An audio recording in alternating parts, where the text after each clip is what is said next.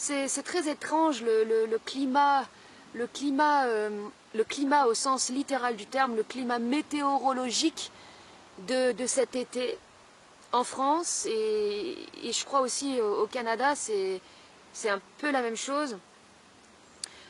C'est très instable. Hier, par exemple, là, ici où je suis, c'était très nuageux, il faisait froid. Ce matin, il s'est mis à faire beau, mais à nouveau, c'est couvert. Et en fait, c'est un été, et ça a été aussi un printemps très tourmenté. Très tourmenté. Et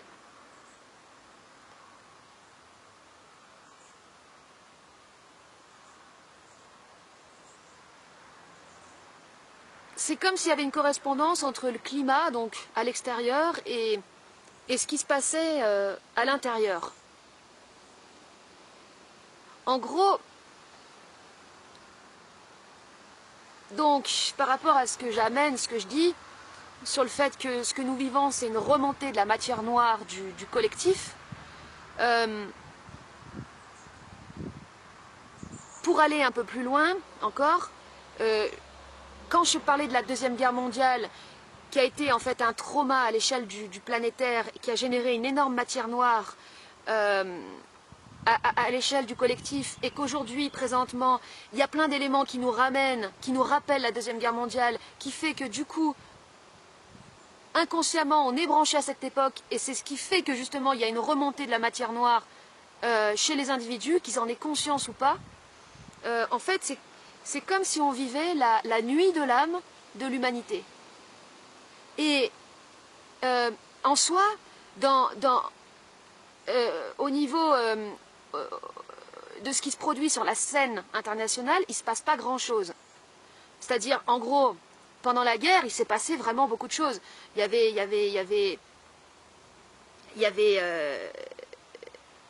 un état militaire, il y avait des arrestations, il y a eu la guerre éclair, la Blitzkrieg, donc il y a eu des avions qui ont bombardé avec des obus, c'était terrible. Mais aujourd'hui, il n'y a pas tout ça, c'est-à-dire à l'extérieur, il ne se passe pas grand-chose.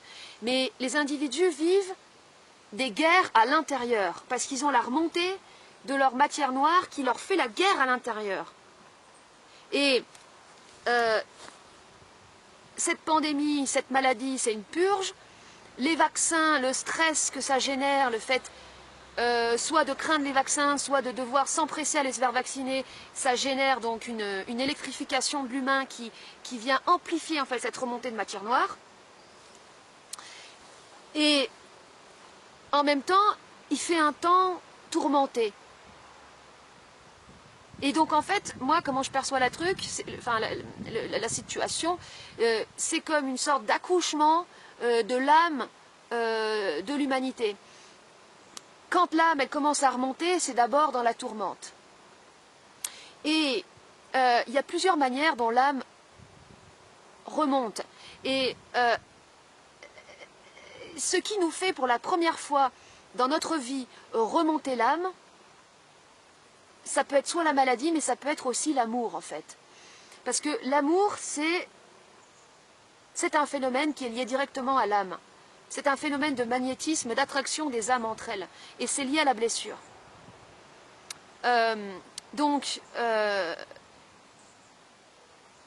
L'amour, c'est comme un... comme je vais dire à la fin, une sorte de morsure et d'empoisonnement. Et vous allez voir, parce que l'origine de la guérison, du remède, c'est justement d'utiliser le poison pour le diluer et en fait, le remède, c'est s'introduire un poison pour guérir par le biais du poison. C'est ça l'origine en fait des remèdes, des médecines. Comme après je vais en parler chez les chamans au Pérou, l'ayahuasca, quand tu bois le truc, ça a le goût du poison. Et donc en fait, je me suis dit, quand je repense au vaccin, parce que le principe du vaccin, c'est de s'inoculer un virus, d'accord? Donc c'est de s'inoculer un poison. Alors, moi, c'est-à-dire que je ne crois pas en la possibilité d'isoler un virus et de produire, de s'inoculer un virus parce qu'on ne peut pas les isoler, selon moi. Ça n'empêche que le vaccin, c'est quand même un poison dans le sens où il y a un liquide avec des produits chimiques dedans. Puis en soi, les médicaments, c'est des poisons qui peuvent nous permettre de guérir. Et c'est ça le symbole du serpent qu'on trouvait dans les pharmacies avant, parce que la vipère, c'est un animal qui peut empoisonner. Mais le principe du remède, c'est ça, c'est s'introduire du poison pour guérir. Et en fait, je vois en fait ces vaccins comme un empoisonnement, mais qui permet en fait de créer cette remontée de matière noire. Et ça, c'est ce que les complotistes ne comprennent pas, parce qu'ils sont contre. Mais la vie même, et comme je vais le redire après, c'est un empoisonnement. Et le principe de la vie, en fait, ce qui crée le moteur à propulsion du développement de la vie, c'est l'asphyxie. Parce qu'au début, à l'origine, il y avait des bactéries qui étaient dans l'eau, et elles ont développé un gaz qui s'appelle l'oxygène, qui a rendu leur vie, en fait, insupportable dans l'eau, et ça les a poussés à sortir de l'eau. Et ça, Satprem, il en parle très bien. Satprem, que je vous conseille d'écouter, parce que c'est en plus quelqu'un qui a vécu la Deuxième Guerre mondiale, et qui explique qu'en gros, pour évoluer, il faut qu'on asphyxie, il faut que l'humanité elle asphyxie et qu'elle étouffe, qu'elle n'en puisse plus. Et j'interprète aussi les effets secondaires des vaccins comme étant cette matière noire qui remonte et qui se manifeste sous forme de ces effets. Mais que ce n'est pas en tant que tel le vaccin qui est la cause, l'origine. Puisque l'origine, s'il y en a, bah, c'est la matière noire. Notre origine, c'est la matière noire. C'est les ténèbres. Et il faut qu'en fait, cette ténèbre remonte en nous. Donc, il y a des éléments déclencheurs, comme les vaccins, qui vont créer cette remontée. cette remontée. Ou la maladie. Maladie, vaccin, ou même l'amour. L'amour aussi crée des remontées de matière noire. Vous voyez? C'est un peu bizarre, hein, ce que je dis, j'en ai conscience. Et les complotistes... donc, comme je vais le répéter plusieurs fois, pour moi, aujourd'hui, dans la forme, ce sont en fait les évangélistes du bien d'hier. C'est-à-dire que c'est des gens qui sont persuadés que sans eux, le monde va sombrer dans le chaos, et ils sont totalement dualitaires. Donc, ils sont persuadés qu'ils font le bien en disant que les vaccins, c'est mal. Sauf que là où j'en suis arrivée, dans mon enchaînement, c'est qu'en fait, ce sont eux les empoisonneurs dans l'histoire. Parce que pour moi, un vaccin, c'est indéterminé dans le sens où c'est de la flotte, avec des métaux, ok, peut-être des métaux lourds, mais c'est en tant que tel indéterminé. Ça va déclencher quelque chose chez l'humain, mais c'est pas le vaccin qui fait la chose, c'est le déclencheur. Par contre, si tu écoutes des complotistes qui t'auto-persuadent que c'est l'invention du diable qui va venir modifier ton ADN, te transformer en mutant, et que ça te fait flipper le machin, mais que tu vas quand même te vacciner parce que tu as de la culpabilité, parce que tu as besoin de faire comme les autres, parce que sinon tu as trop peur de te marginaliser, et donc tu vas et tu t'inocules le truc, et ben c'est là que le poison s'introduit en toi, parce que inconsciemment, tu vas t'auto-déclencher le truc, parce que tu seras persuadé que c'est du poison. Le pouvoir de l'esprit sur la matière. Et moi, je me demandais, c'est quand même étrange, tous ces réseaux complotistes qui sont des gros organes de diffusion d'informations, il y a du blé derrière. Donc, en fait, il y a une orientation directe. C'est comme sur les paquets de cigarettes. Est-ce que c'est pas plus poison, le fait de fumer en pensant, en regardant cette image de dégueulasse? Est-ce que ça ne crée pas plus de poison que la clope juste elle-même?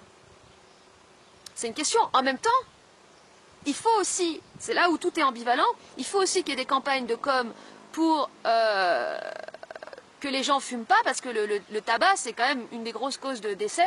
Donc, je viens de dire, le tabac est une cause de décès.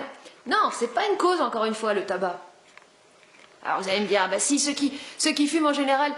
Et ils ont plus de chances de mourir jeunes et tout ça. Oui.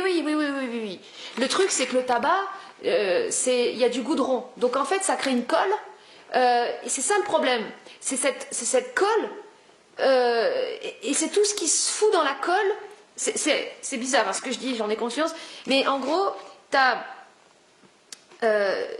tes humeurs, toutes tes humeurs issues de ta matière noire, par exemple, ta nostalgie, ta rancœur, ton amertume, tes regrets, c'est de la matière en fait, ça c'est de la matière noire.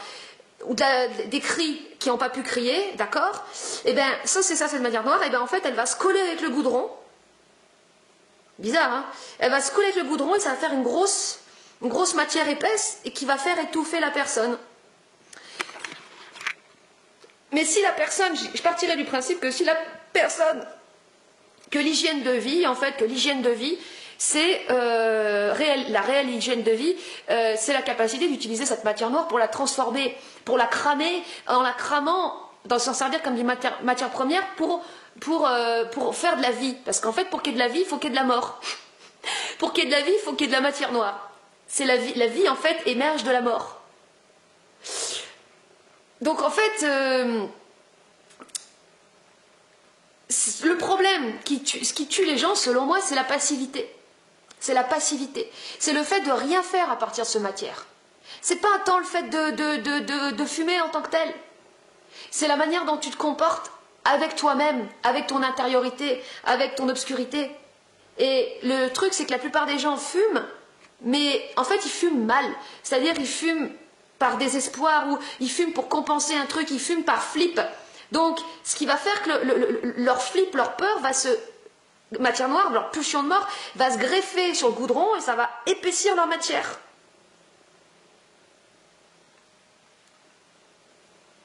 Ouais. Bizarre, hein? Il faut quand même des campagnes d'information. Mais en même temps, la campagne d'information, c'est aussi ce qui va amplifier l'effet du poison, puisque la personne va se dire « Putain, je suis en train de m'empoisonner », donc elle va s'auto-empoisonner elle-même par sa propre pensée qui va avoir un effet placebo sur elle. Un effet sur elle direct. Je vous ai donné l'exemple, je le redis, parce que je l'ai parlé dans la vidéo précédente, mais que l'exemple de mon implant contraceptif qui pendant 4 ans m'avait rien fait, puis quand il y a une personne qui m'a dit que c'était poison le machin, je l'ai fait retirer, puis quand je l'ai reposé, j'ai commencé à avoir super mal au bras. C'est un effet que je m'étais auto-induit, par la croyance que ce truc était mauvais, et que c'était pas bon pour moi. Et après, pour se débarrasser du truc, c'est compliqué. De se débarrasser de cette croyance, c'est compliqué. Parce qu'il faut aller faire un travail en profondeur sur les peurs profondes. Les peurs les plus profondes. Attention, vaccination prévue dans 1 seconde. Tu m'as déjà vacciné 3 fois aujourd'hui, loupiote. 3 fois j'ai été vaccinée. Oui, c'est bon, c'est bon. Et j'ai eu mon triple rappel là. Allez. Et voilà, donc là j'ai dit l'essentiel de ce que je voulais dire par rapport à ça. Tac, ensuite, encore autre chose hein, que je resynthétise à nouveau, donc par rapport à ce soleil noir. Le soleil noir, c'est la roue qui fait tourner le monde. Et en fait, c'est la Deuxième Guerre mondiale qui a activé, en gros, le trou noir. Et ce soleil noir, donc créé par la matière traumatique, qui a activé en fait quoi? L'expansion et le développement de la conscience humaine à l'échelle individuelle. Et ça explique pourquoi en fait, après la Deuxième Guerre mondiale, il y a eu énormément déjà de trucs qui se sont développés à tous les niveaux, et surtout au niveau de la pensée et au niveau de l'art. C'est là qu'il y a eu la plus grosse expansion. Parce que c'est la matière noire qui est la matière première à l'expansion de la créativité, de l'intelligence, de la conscience. S'il n'y a pas cette matière noire qui est cette force donc à la fois centrifuge et centripète, donc aspirante et expansive, qui est en soi le cœur, en fait le cœur même, qui est le cœur même de l'atome, de la matière. Le cœur même de la matière, c'est un trou noir. Et c'est la Seconde Guerre mondiale qui l'a créé, en fait, cette matière noire, à l'échelle du collectif, de l'humanité. Et l'humanité, les humains par rapport à tous les autres êtres du vivant, donc les animaux, les végétaux et même les minéraux, mais le minéral c'est vivant, c'est la seule, c'est le seul être qui est capable de développer réellement de cette matière noire, parce que nous, on a conscience qu'on va mourir. La plante, elle ne sait pas qu'elle va mourir, et elle ne peut pas être traumatisée du coup. Enfin, elle ne peut pas générer de matière noire. Alors les animaux domestiques, ils en créent un peu, mais pas autant que l'homme. Et c'est l'homme qui du coup donne la direction à l'expansion de tout, de la matière, de l'univers, de tout ce qu'on veut, depuis en fait le cœur de sa matière noire. Pour ça qu'en fait au centre de l'univers, il y a l'homme. Et il y a la matière noire de l'homme. Voilà. Voilà ma thèse. Nassima Ramain, remballe tes fleurs de vie, tout ce que tu racontes, c'est de la merde. Bon, voilà, j'ai envie de clôturer présentement le débat sur les vaccins. J'estime que j'ai donné pas mal d'éléments qui permettent de comprendre le sens profond de la manifestation le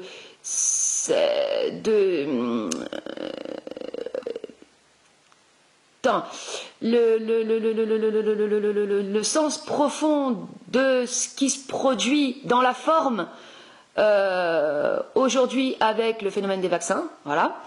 Donc, pour le redire encore une dernière fois, une sorte de stimulation, une stimulation de remontée de matière noire, et c'est la vie qui veut ça. En fait, c'est important d'avoir toujours à l'esprit que dans tout ce qui se manifeste, même dans ce qu'il y a de plus terrible dans l'histoire de l'humanité, à savoir les guerres, en fait, c'est la vie qui veut ça. Parce que la vie a besoin, en fait, de générer de la matière noire pour pouvoir avoir une matière à propulsion à l'évolution, puisque, en fait, au cœur de l'univers qui n'existe pas, mais que l'humanité est, en fait, en gros, pour moi, l'univers, c'est l'humanité, et l'univers et l'humanité est au centre de l'univers.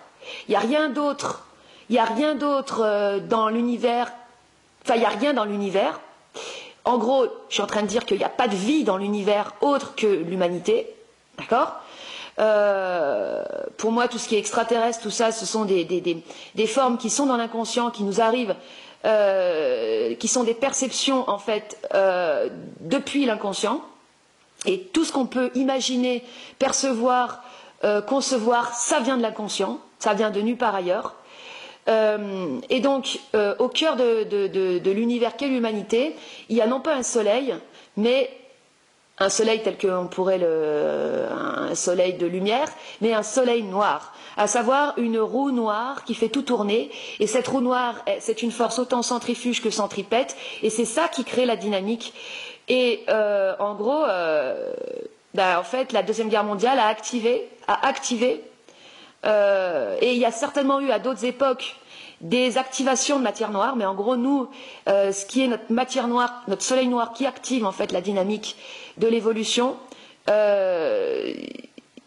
c'est donc cette matière noire qui a été créée à la Deuxième Guerre mondiale, qui là est en train d'être une roue qui est en train d'être réactivée, et ce qui crée en fait une amplification des phénomènes de conscience au niveau individuel. C'est-à-dire qu'il y a de plus en plus de personnes qui sont en évolution de conscience.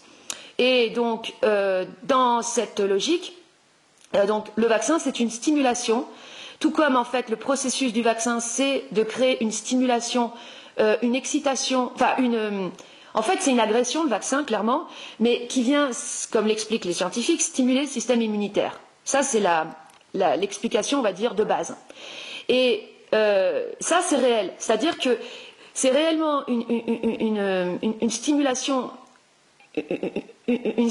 extérieure qui vient stimuler, qui vient amener une dynamique par la stimulation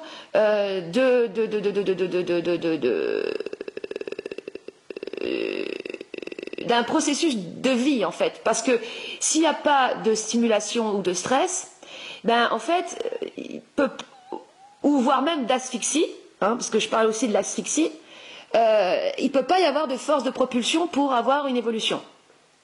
Ok ? Donc ça, c'est le projet de la vie. C'est là où ça ne va pas chez les complotistes ou ceux qui sont en opposition, c'est qu'ils ne comprennent pas l'intelligence de la vie. Ils restent dans une opposition dualitaire. Et moi, pour aller encore plus loin, je dirais que quand tu entretiens aussi la résistance, l'opposition, c'est qu'il y a un truc en toi que tu ne veux pas voir, et en fait, tu bloques.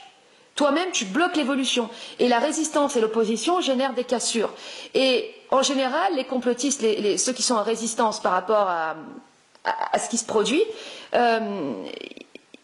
c'est eux qui ont le plus peur, en fait. C'est eux qui ont le plus peur, et c'est eux qui bloquent le processus évolutif. Donc, à partir de là, je ne suis pas en train de dire qu'il faut se faire vacciner, parce que là où je vais justement clôturer le débat, c'est que la vaccination, c'est un choix qui regarde chacun individuellement. Et il y a autant de situations qu'il y a d'individus. Dans certaines situations, ce sera intelligent de se faire vacciner, dans d'autres, ce ne sera pas nécessaire. C'est important d'avoir à l'esprit que c'est une relation que tu entretiens, toi, vis-à-vis de ta conscience. Et moi, j'irai dans le sens où, quand un choix est fait, il doit être fait en conscience, dans une conscience absolue et totale. Et c'est ça qui fait, en fait, la justesse d'un choix. Peu importe le choix qui est fait. Peu importe le choix qui est fait. Autant d'être vacciné que d'être pas vacciné. Donc si tu vas te faire vacciner, vas-y dans une confiance et une conscience de toi-même totale et absolue. Et donc, je dirais, comme toujours, finalement, pour en revenir, c'est toujours la même chose. En fait, c'est le doute qui n'a pas été éliminé, c'est la culpabilité qui n'a pas été éliminée, qui n'a pas été sondée. Ce sont les peurs, ce sont les résistances qui ne sont pas sondées, qui vont en fait générer des problèmes. Des problèmes, des nœuds, des difficultés. Tout comme dans la vie, les gens sont dans des problèmes, dans des difficultés, parce qu'ils n'arrivent pas à sonder leur culpabilité, ils n'arrivent pas à voir le cœur originel de leur culpabilité. Ils n'arrivent pas à remonter à la source. Et la source, savoir avec la matière noire, savoir avec une matière traumatique à l'échelle individuelle, la culpabilité vient du fait que tu n'as pas délivré ton enfant intérieur qui a été traumatisé. Donc c'est la relation que tu entretiens avec ta matière noire. Voilà. Donc j'ai suffisamment, je pense avoir suffisamment détaillé là-dessus. Maintenant, j'ai envie de passer à autre chose. J'ai envie de passer à autre chose. Même si là, la suite de la vidéo, ça va reparler du soleil noir, mais je vais clôturer là-dessus parce que moi, ce qui m'intéresse, c'est la créativité et c'est comment créer en conscience. Créer en conscience. Parce que pendant longtemps, j'ai créé moi-même pour me fuir. J'étais agi par mes peurs et en fait, je créais pour compenser et c'était inconfortable et abyssal. Quand tu crées pour compenser, tu deviens totalement aliéné et dépendant de ta création, et ta création te détruit. Hein, c'est le mythe du golem, d'accord ? Et ça, c'est vraiment la merde, quoi. Donc, pour moi, ce qui est important, c'est de créer et d'être maître de sa création. Donc, pour être maître de sa création, déjà, il faut se connaître soi-même, et il faut, pour moi, avoir compris, en fait, la dynamique, le moteur même de l'expansion de la matière, à savoir donc la dynamique à partir de cette matière noire, et je dirais même au niveau atomique, au niveau du cœur de l'atome, c'est la même chose, c'est un trou noir. Alors ici, je vais vous présenter mon vaccin contre le Covid. Putain, la meuf qui dit qu'elle veut plus en parler, elle en reparle. La contradiction. Mais comment tu te démerdes avec ta contradiction? Comment t'es bien avec tes contradictions? C'est hyper important, puisque la vie, c'est une contradiction, tu vis et tu meurs. Donc c'est important d'être bien avec ses propres contradictions. Bon là, ça va. Je suis bien avec ma contradiction. Je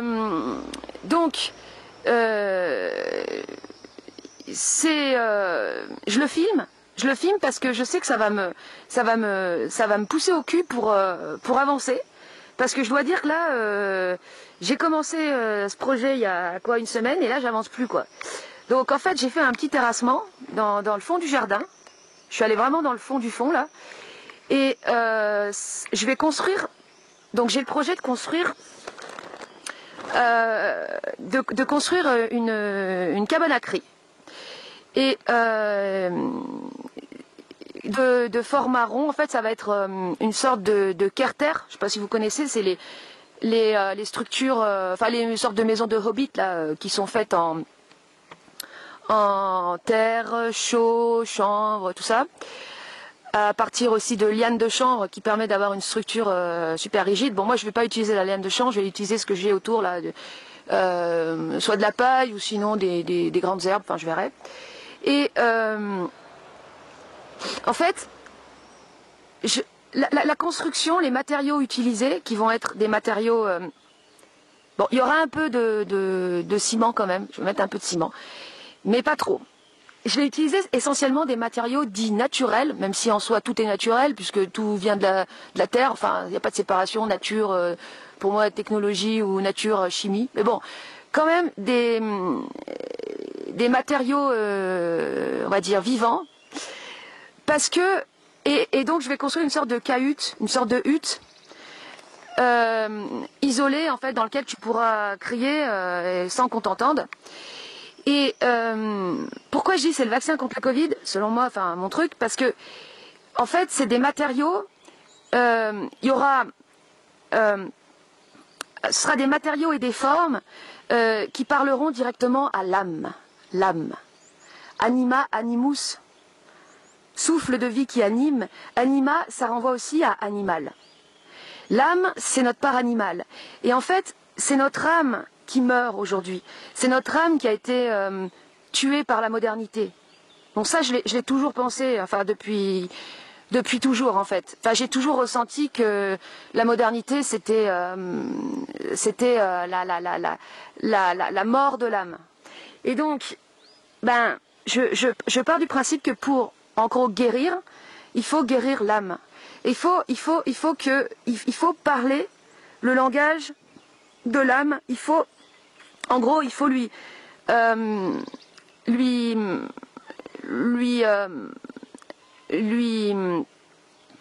parler et lui proposer des activités qui vont la faire résonner, vibrer. Par exemple, quand tu vas l'été dormir à la belle étoile et que tu vas faire du feu, ça c'est un langage qui parle à l'âme. Ça la nourrit. Ça la nourrit. Et l'âme, elle peut remonter. En fait, l'âme, elle a besoin de remonter. Sinon, bon, quand tu tombes amoureux aussi, pareil. C'est l'âme qui s'éveille. Hein. L'amour, c'est l'éveil de l'âme. Puisque c'est un phénomène de magnétisme, d'attraction de l'âme. Et en fait, voilà, je me dis comment faire remonter cette âme, comment lui, en gros, presque lui faire des offrandes.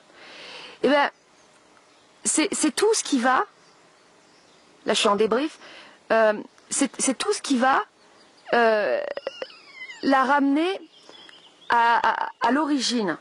À l'origine. Donc là, ça va être une sorte de cahute, d'hommes, d'australopithèques, enfin de sauvages, en gros, de sauvages. Donc une structure anti-moderne, quoi. Faite de terre, de bois, il y aura peut-être des peaux d'animaux à l'intérieur, enfin, il y aura aussi un poêle pour faire du feu. Et ça sera une cellule pour que l'âme s'y retrouve. Parce que l'âme, elle étouffe dans les intérieurs. Regardez, juste là, il y a un chalet, il n'y a jamais personne. Mais enfin, ils viennent une fois, les proprios, ils viennent une fois dans l'année, quoi. Mais moi, on me file un truc comme ça, mais pour moi, c'est l'angoisse, quoi. Je me sens pas bien.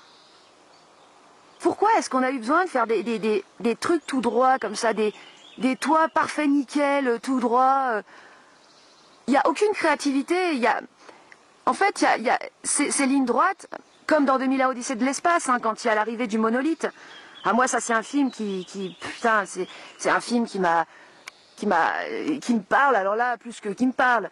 C'est au début, tu as des hommes sauvages, des hommes singes, et tu as l'arrivée de la géométrie, des lignes droites, nickel, parfaites, et c'est l'arrivée de la modernité. C'est l'arrivée de l'intelligence artificielle aussi, tout ça. Qui est aussi la dynamique. Le monolithe, il est noir, hein. Donc c'est une sorte de matière noire aussi qui arrive du fin fond de l'espace. C'est aussi ce qui va mettre la dynamique, qui va propulser l'homme dans le progrès, parce que sinon il reste au stade de l'animal. Hein. Je suis pas en train de dire que le progrès c'est mauvais. C'est là où il faut, c'est-à-dire que cette cahute, c'est pas un truc dans lequel je vais me réfugier parce que je fuis le monde. D'ailleurs, elle est juste à côté de cette baraque. Non, c'est simplement pour que l'âme puisse et sa respiration, voilà, et puisse avoir sa respiration. Et c'est ça qui est le plus important, d'accord? C'est comme le fait parfois de partir une fois par jour, d'aller se balader en forêt. Ça va être une respiration pour l'âme. Et nous, le truc, c'est qu'on oublie de faire respirer notre âme. C'est ça le problème. C'est pour ça qu'on étouffe. C'est pour ça qu'on étouffe, mais c'est surtout pour ça qu'on se sent crevé. La dépression, c'est la dépression de l'âme. C'est l'âme qui hurle dedans, qui est en train de crever, quoi. C'est ça qui nous fait perdre le goût aussi. C'est l'âme qui se meurt, qui nous amène à perdre le goût de la vie. Voilà. Donc, je ne sais pas du tout ce que ça va donner. Mon truc, je vais y aller progressivement. En fait, ça, voilà. Je vous tiendrai informé quand ce sera un peu plus avancé. Alors, intéressant aussi, parce que j'ai commencé à bêcher, là. J'ai mis 2 jours et demi pour faire ce petit truc, là. Et j'ai eu des pensées au début, du style... salut. Du style, mais attends, mais je suis con là, à bêcher comme une paysanne. Je me fatigue pour rien. Pourquoi est-ce que j'appelle pas Bon, j'ai un cousin, il connaît un peu des gens dans le coin. Pourquoi est-ce que je me démerde pas pour trouver une pelleteuse, un mec qui veut bien me mettre un petit coup de pelleteuse, ça ira plus vite. Vous voyez, ça ira plus vite, ce sera plus efficace. Et là, il y avait mon côté femme moderne qui reprenait le dessus, c'est-à-dire penser en fait tout de suite à terminer le machin efficacement, aller vite. Dans la philosophie japonaise, si on peut dire ça comme ça, ce qui est le plus important, c'est pas la fin, c'est le chemin. Donc c'est pour ça chez les Japonais, dans l'art japonais que j'aime beaucoup, par exemple l'ikebana, c'est un art magnifique, un art floral magnifique. C'est pas le fait de réussir, c'est pas de faire. Le plus important, c'est les gestes, chaque geste que tu places et l'état de présence que tu as quand tu fais les gestes, qui va donner lieu en fait à ton œuvre à la fin. Et ça, nous, on l'a oublié en Occident, c'est-à-dire qu'on veut tout de suite arriver au but. Là, ils ont construit en bas, à la plaine en bas, ils ont construit un bâtiment, un complexe en 2 mois. Là, ils sont en train de mettre l'enduit. Je me dis, mais putain, mais une rapidité, le machin. Et quel est l'intérêt? Il n'y a pas de plaisir dans le faire. Il n'y a pas de chemin. Il y a pas de... le plan est déjà fait avant et il s'agit juste de le réaliser. C'est tout. Tout comme aujourd'hui, les artistes, ils font d'abord un plan de leur truc et ensuite il s'agit de le réaliser. Ou de le faire aussi. Tel qu'il est prévu sur le plan. Mais c'est la mort, ça. Il n'y a plus aucun intérêt dans la création, là. Il n'y a plus de chemin. S'il n'y a plus de chemin, il n'y a plus d'intérêt. Donc, je me suis dit, non, en fait, le fait de bêcher, ça fait partie du processus, parce que moi, ce qui m'importe, c'est aussi, dans la respiration de mon âme, de le faire, le truc. C'est pas l'aboutissement. L'aboutissement compte, mais le chemin aussi, tout autant. Tout autant. Et voilà. Parce que quand t'es pas présent, quand tu fais le machin, quand c'est même pas un processus créatif de faire, puisque ton plan il est déjà fait, il y a juste une exécution à faire, bah tu deviens un robot, tu deviens une machine. Et ça, l'âme, elle aime pas du tout ça. L'âme, ça l'a fait étouffer, voilà.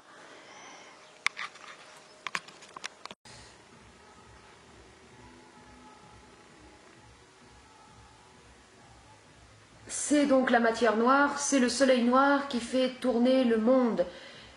La matière noire, la matière traumatique qui est dans l'humain, autant au niveau individuel qu'au niveau de l'humanité. Voilà, c'est ça ma thèse. Ça, c'est ma thèse. Et ma thèse également, c'est que les maladies sont des purges permettant de faire remonter la matière noire. Donc la maladie au niveau individuel, les pandémies, donc des maladies à l'échelle du collectif, c'est aussi des purges à l'échelle du collectif de la matière noire. Les vaccins en tant que tels, qui peuvent générer des effets secondaires, mais pas toujours, ce sont des éléments déclencheurs. Donc comme je le disais dans la vidéo précédente, on confond en fait l'origine avec les éléments déclencheurs. on pose un élément déclencheur comme une origine. Sauf que l'origine, il n'y en a pas. L'origine, c'est le trou noir. L'origine, c'est la matière noire. Donc en fait, des éléments déclencheurs comme des vaccins peuvent générer des effets secondaires qui vont entraîner une remontée de la matière noire. Parce qu'en fait, les hématomes, toutes les perturbations que ça peut créer, en fait, les vaccins, c'est de la remontée de matière noire. Et en plus, donc là je suis en freestyle, là c'est mon aspect artistique en fait qui s'exprime surtout. C'est-à-dire que dans les vaccins, c'est connu qu'il y a des métaux lourds. Les métaux lourds, ça crée une sorte de colle. Ben, en fait, pour moi, c'est logique que cette colle, même si, bon, cette colle, comment dire, énergétiquement parlant, c'est ce qui va faire que cette colle, c'est le... Comment dire, ça va, c'est comme si ça allait, si vous voulez, épaissir ou durcir la matière noire, en gros, pour faire asphyxier l'humain. Parce que, en fait, la vie, comme je disais, l'origine de la vie, c'est une asphyxie, enfin l'origine de la vie biologique. C'est des bactéries qui étaient dans l'eau et qui ont dégagé de l'oxygène. J'avais oublié quel gaz, mais en fait c'est l'oxygène. Et l'oxygène leur a rendu la vie impossible, donc elles ont asphyxié dans l'eau. Donc elles sont sorties suite à une asphyxie. Et en fait, le but de la vie, c'est de nous faire asphyxier. Les vaccins, ça fait partie de la vie. D'ailleurs, moi quand j'étais enfant, je ne comprenais pas la différence entre ce qui est naturel et ce qui est chimique ou technologique. Je me disais, ben, tout provient de la nature. Même si c'est l'humain qui l'a fabriqué et transformé, ça reste la nature. Pour moi, dans l'absolu, tout est de la nature. Même le vaccin qui est produit par l'humain, pour fabriquer un vaccin, il faut du plastique, c'est quoi? C'est des coquillages, c'est du pétrole.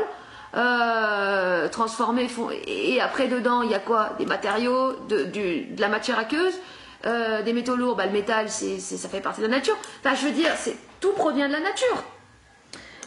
Et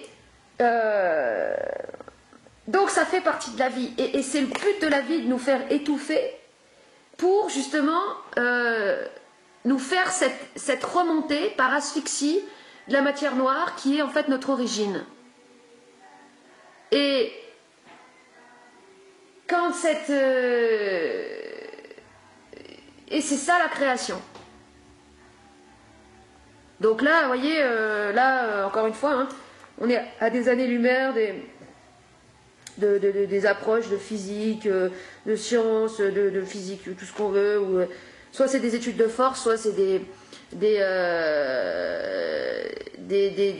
mecs comme Nassim Haramein qui idolâtrent de la symétrie, de la géométrie sacrée, donc des structures inertes.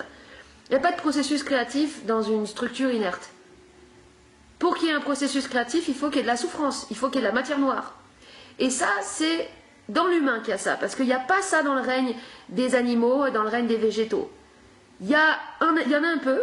Il y en a un petit peu, en fait, j'exagère, il y en a un petit peu. Il y a un petit peu de matière noire chez les animaux, surtout chez les animaux domestiques, qui vivent au contact de l'humain, puisqu'ils développent des émotions, de la souffrance, surtout de la souffrance. Donc ils développent de la matière noire, mais bon, ils sont encore très loin d'être créateurs, parce que pour être créateurs, il faut qu'ils aient conscience de leur mort et de leur finitude. Sinon, il n'y a aucune raison de créer quoi que ce soit. D'ailleurs, comme chez les Indiens qui croient en la réincarnation, ils foutent rien parce qu'ils disent c'est pas grave, je ferai mes trucs dans la vie prochaine, quoi. C'est la procrastination plus. Mais toi, quand tu sais que t'as qu'une vie, t'es poussé au cul. Voilà. Donc c'est ça. Et donc alors, remonter de la matière noire. Donc il y a la maladie, il y a aussi donc cette électrification, l'électrification de l'humain avec les vaccins, avec la politique agressive. Tous les antisystèmes, donc les antisystèmes, les complotistes, voilà où j'en suis présentement, c'est que ce sont donc des moutons, enfin des moutons noirs, qui servent le système encore plus que les autres. que les moutons blancs. Pourquoi? Parce qu'en fait, le complotiste, c'est celui qui va, plus qu'introduire le doute, et donc introduire un virus, parce que quand tu doutes, c'est la merde, le doute sur l'efficacité des vaccins, il va, plus qu'introduire le doute, il va introduire, en fait, la croyance que c'est mauvais. Donc en fait, c'est pour ça que je dis que les complotistes aujourd'hui, c'est les évangélistes du bien d'hier. Ils sont dans une dualité bien mal. Donc ils vont te dire, c'est mauvais. Ils vont tenter de convaincre tout le monde que les vaccins, c'est mauvais. Et c'est ça qui est mauvais. Parce que une personne qui va, en fait, avec la croyance que c'est mauvais, mais qui va se faire vacciner parce qu'elle ne peut pas faire autrement, pour des raisons qu'elle ne peut pas supporter sa marginalité si elle ne le fait pas, qu'elle a peur de perdre son emploi, que si, que là, plein de raisons, ou des raisons familiales, peu importe. Elle y va, alors qu'elle a écouté des gens qui lui ont dit que c'était mal et que c'était mauvais, que c'était poison, elle va s'auto-induire, en fait, elle va s'auto-empoisonner. Il y a des expériences qui ont été faites comme ça, donc c'est sur l'effet placebo. L'effet placebo, c'est plus à prouver. C'est le pouvoir de l'esprit sur la matière, donc c'est très puissant. Enfin, le pouvoir du mental, l'esprit mental, ou l'inconscient sur la matière, qui ont été faites. Donc, par exemple, 2 assiettes avec, dans une première assiette, des aliments sains, on va dire sains, c'est-à-dire, voilà, allez, on va dire bio, même si, bon, le bio, ça n'existe pas. Bon, bref, bio, allez, bio, sain. Et dans une autre assiette, des aliments avec déjà pas bio et puis avec des saloperies en plus. Bon, je me rappelle plus trop bien le cadre de l'expérience, mais bon, des saloperies en plus, on va dire ça comme ça. Et on dit donc à la première personne qui va manger les trucs sains, on va lui dire ça c'est poison. Et à l'autre, et pour l'autre assiette, on va lui dire ça c'est bon, alors que c'était le truc du poison. Et bien qu'est-ce qui va se passer? C'est que la personne va...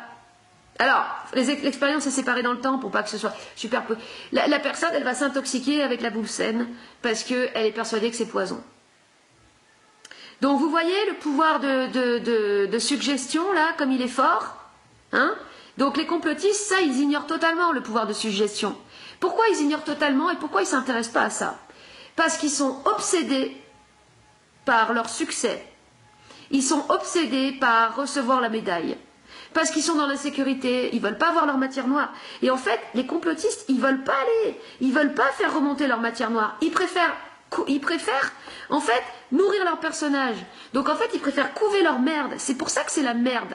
Alors que ceux qui vont se faire vacciner, qui vivent des trucs, qui ont ou même des effets secondaires, eux, ils ont remonté de matière noire. Ils ont des trucs qui se passent. Mais le complotiste, lui, il entretient la résistance, il entretient...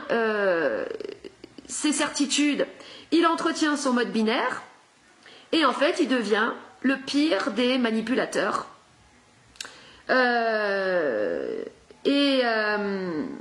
fait, c'est lui qui introduit réellement, selon ma thèse, ce serait lui en fait qui introduit le plus le poison. Parce que là où c'est puissant, le plus puissant, pour moi, c'est le pouvoir de l'esprit sur la matière. Donc quand tu vas faire un truc en pensant que tu vas te faire inoculer un poison, tu vas te déclencher de la merde. Quand tu vas en confiance absolue et totale et que tu as éradiqué le moindre doute, tu es en feu dans ta conscience. En fait, la conscience en feu, c'est qu'il n'y a plus de doute.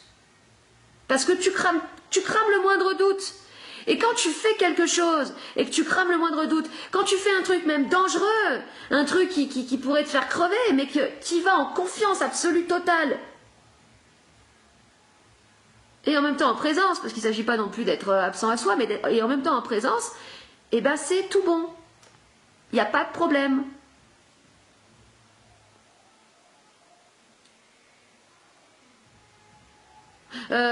Ça c'est Depardieu qui racontait un truc comme ça, que une fois sur un tournage, il s'était fait mordre, il s'était fait pincer par un scorpion, et en fait il avait eu les prémices de l'étouffement produit par le poison du scorpion.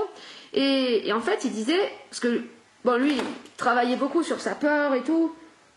Il s'est débarrassé de sa peur, enfin, débarrassé, non, mais Bon, et il disait, il a senti à ce moment-là que ça pouvait aller très vite. C'est-à-dire qu'il pouvait très vite s'étouffer et crever s'il se laissait gagner par la peur à ce moment-là. Et en fait, qu'il allait s'auto-détruire lui-même. Et donc en fait, ce qu'il a fait, c'est que tout simplement, il a respiré. Il s'est détendu et il a respiré profondément. En étant dans cette confiance, dans cette conscience de feu, que ça allait bien aller pour lui. Alors, bien sûr, dans tous les cas, ça ne suffit pas toujours de se dire tout va bien aller, je suis dans ma conscience de feu et tout. Non, parce que des fois, dans certaines situations, tu dois vivre ce que tu dois vivre. Tu dois vivre une maladie, tu dois vivre une remontée de matière noire qui va te foutre en vrac pendant des mois. C'est comme ça. Enfin voilà, il suffit pas de cultiver la pensée positive et de se détendre non, ça n'empêche que tu dois vivre ce que tu dois vivre quand tu dois vivre ce que tu dois vivre. Voilà. Et ensuite, j'ai noté aussi un autre truc, c'est que il y a un autre phénomène qui produit cette remontée de matière noire. Mais aussi, ce que je veux dire, c'est que la remontée de la matière noire, elle se fait naturellement. Il y a un autre phénomène, donc c'est l'amour. L'amour, l'état amoureux. L'état amoureux, c'est deux âmes qui s'attirent, deux souffrances. Et en fait, l'amour, ça génère une remontée de matière noire. L'amour, ça te brasse. L'amour, ça te brasse, ça te remue, ça te remue, ça te fait remonter des choses. Quand je dis l'amour, je parle pas de trucs comment dire, je parle pas de ce que ça renvoie, l'amour au sens cinématographique ou je sais pas comment dire, cliché du terme. Je parle pas de ça, je parle plus de phénomènes physiques, de phénomènes d'attraction des âmes entre elles. Et puis, en plus de ça, c'est pas un phénomène exclusif, c'est-à-dire qu'en gros, ce phénomène d'attraction, il peut se produire avec plein de personnes. C'est pas genre, il y a une personne, voilà, c'est l'amour de ta vie. Parce que l'amour tel que nous le considérons, il est lié à l'attachement, à la possessivité et donc à l'attachement possessivité. Et en fait, l'attachement à la possessivité, ça vient parce que les deux âmes s'attirent, donc forcément, le phénomène d'attraction crée une remontée de matière noire. Ça te fout en vrac. Ça te fout en vrac, en fait. Ça peut te faire remonter des trucs, ou ça peut te faire pleurer, ou ça peut te faire te mettre pas bien, ça peut te mettre dans une nuit de l'âme aussi. Ça peut te mettre dans des états pas possibles, en fait, ce phénomène d'attraction de l'âme. Mais, tiens, qu'est-ce que je voulais dire Vous entendez peut-être, il y a la musique là, c'est la fête. Enfin, fête de merde, il n'y a personne. Il n'y a personne, un truc de dingue. Cette année là, c'est le 15 juillet qu'ils font le feu d'artifice, il n'y a pas un chat quoi. Qu'est-ce que je disais phénomène de remontée de la matière. Gna gna gna. Bah merde.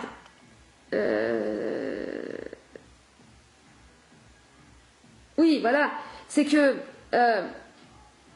le phénomène d'attraction des âmes, c'est puissant, hein, c'est du magnétisme, c'est très puissant. Et c'est lié à la souffrance. Et forcément, quand l'autre, en fait, quand tu es séparé de l'autre, bah, tu vas ressentir un déchirement qui sera violent. Et ton âme, elle va avoir des remous, c'est-à-dire qu'elle va souffrir du manque. Et ça va lui générer des remous. Et c'est ces remous-là qui font la remontée de la matière noire, en fait. Pour qu'il y ait quelque chose qui remonte, il faut que ça bouge, il faut qu'il y ait les remous. Et c'est pour ça qu'en fait les gens s'enferment dans des relations d'attachement, d'interdépendance, parce qu'ils ne peuvent pas supporter de souffrir d'être sans l'autre. Alors qu'en fait la souffrance, encore une fois, de l'âme, bah, c'est le mouvement en fait, c'est le début même de la création. Et ça devrait être là qu'on devrait prendre cette matière pour l'utiliser. Mais nous, ça nous est insupportable de souffrir. Alors tout de suite, il faut qu'on soit avec l'autre. Tout de suite. Et après, ça rentre dans des relations frénétiques, compulsives. Et après, des relations où tu veux posséder l'autre. Tu veux surtout pas qu'il parte. Parce que s'il est plus là, ben, tu peux pas vivre. Tu peux pas Enfin bon, moi quand j'ai été séparée de force de mon compagnon, enfin séparée de force, pas un gars, une personne extérieure, bon, c'est pas nous. Bon, on s'est séparés quand même. Et ben, je voulais me suicider, quoi. Pendant 3 jours, j'ai pensé qu'à ça. Je voulais me flinguer. Je voyais pas d'autre perspective à la vie sans lui. Enfin, c'était un déchirement terrible. Et c'était en fait les prémices de mon expansion, parce que mon âme là, elle était en train de d'être remuée, brassée, et puis il y avait tout qui remontait là, toute la matière noire, elle remontait. Puis après, il y a eu un tas de machins qui sont remontés. Un paquet de trucs qui sont remontés. Tant qu'il n'y a pas de remous, en fait, il ne peut pas y avoir de remontée. C'est pour ça que l'amour, c'est hyper important. Parce que ça crée ces remous au niveau de l'âme. Mais le problème, c'est que les gens, ils n'amènent pas de conscience dans le phénomène. Ils n'amènent pas de conscience, et donc du coup, ils se laissent aspirer par leur matière noire, et voilà, après, c'est la cata. Donc voilà, tout, en fait, participe de cette remontée de matière noire. Et c'est ce qui crée la dynamique même de l'expansion, de la conscience, de la vie, de l'évolution, tout ce qu'on veut.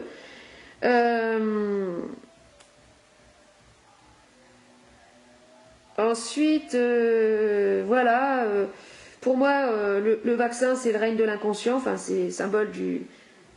Le vaccin, la piqûre du serpent, la morsure, c'est le serpent, c'est l'inconscient. Et en soi, c'est pas un mal. L'inconscient, c'est pas mal. Dans l'inconscient, tu te fais abuser. Quand tu es inconscient, tu te fais abuser. Aujourd'hui, l'expérience, le vaccin ARN messager, c'est une expérience parce que c'est une expérience médicale, parce que les études cliniques ne sont pas terminées. Ben oui, mais t'es pas un petit abus de près dans le règne de l'inconscient. Et puis, s'il y a ce retour, cette résurgence de l'expérience scientifique, c'est pour nous ramener à cette matière traumatique de la Deuxième Guerre mondiale, où il y a des nazis qui ont fait des expériences de ouf sur les humains. Et avant de parler de ces expériences de ouf, les nazis, les pires, c'est vraiment celles qui ont attrait au contrôle mental et aux études sur les limites de la folie, en fait. En gros, les nazis ont étudié comment ils pouvaient programmer un individu, le contrôler en fait, le contrôler par le biais du trauma, et comment le rendre fou aussi. Comment la folie, qu'est-ce que c'est que la folie, comment même la produire. Ça, c'est les pires, parce que c'est ce qui touche à au psychisme. C'est pire que de toucher au physique. Faire souffrir quelqu'un physiquement, c'est une chose, mais psychiquement, c'est... La folie, c'est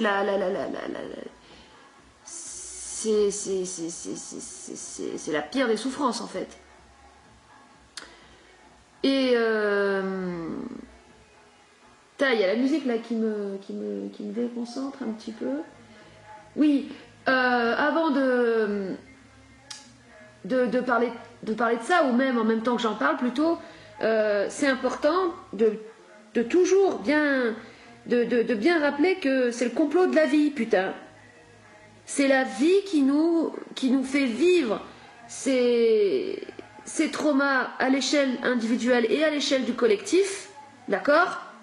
C'est son projet pour générer cette matière noire qui va être la dynamique, la matière qui va nous créer en nous-mêmes autant cette force d'introspection que d'expansion. Donc c'est bien, c'est ça d'avoir vraiment à l'esprit ce soleil noir, donc cette roue noire, elle est autant dans l'introspection que dans l'expansion. D'ailleurs, un artiste, c'est une personne qui a beaucoup de matière noire. Un artiste, il est autant introspectif qu'expansif. Il a les deux. Il a cette dynamique. Et c'est sa matière noire qui lui crée cette dynamique-là. Et donc, la vie, elle fait ça. C'est-à-dire qu'elle crée des situations pour qu'il y ait des matières noires, des énormes matières noires qui se créent au niveau du collectif pour qu'il puisse y avoir une introspection et une expansion aussi.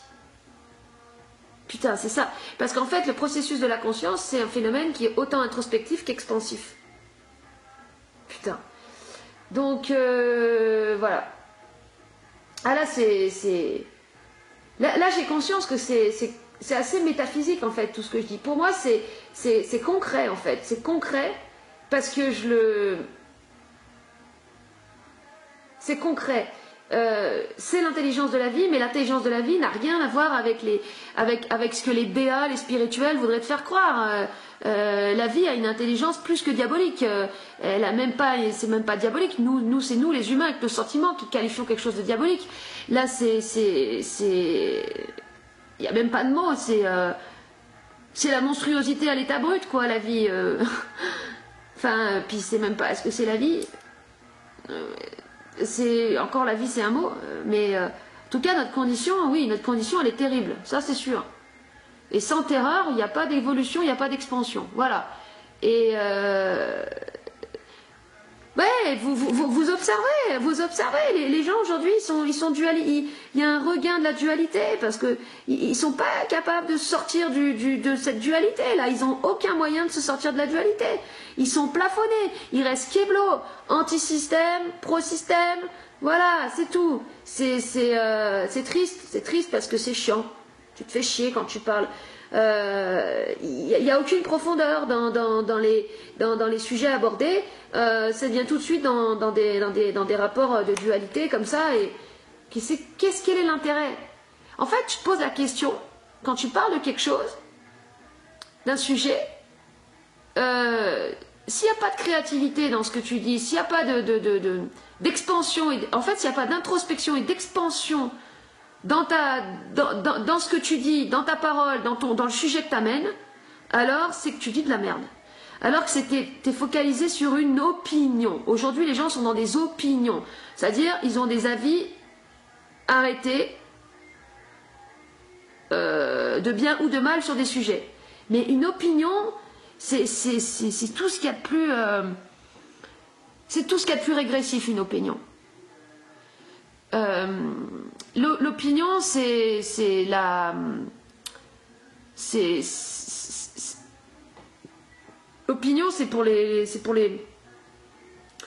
l'opinion, c'est pour les gens inconscients. Ils ont des opinions parce qu'ils ne remettent pas en question. Ils sont pas créatifs dans leurs idées, en fait. Ils empruntent les idées, ils choisissent des bords, ils choisissent des clans pour se sécuriser dans des esprits collectifs de meute et tout. Et quand tu te sors de la meute, quand tu te sors du collectif, autant des moutons blancs que des moutons noirs, tu peux plus avoir d'opinion en fait. Tu peux qu'avoir des discussions et des paroles créatives et amener et entrer progressivement dans ton art et dans ta science. Et ça, c'est un continuum. C'est ça aussi que les gens ont du mal à... C'est que c'est un continuum, c'est-à-dire qu'il n'y a pas de fin. Moi, c'est comme ma chaîne YouTube, là, elle n'a pas de fin.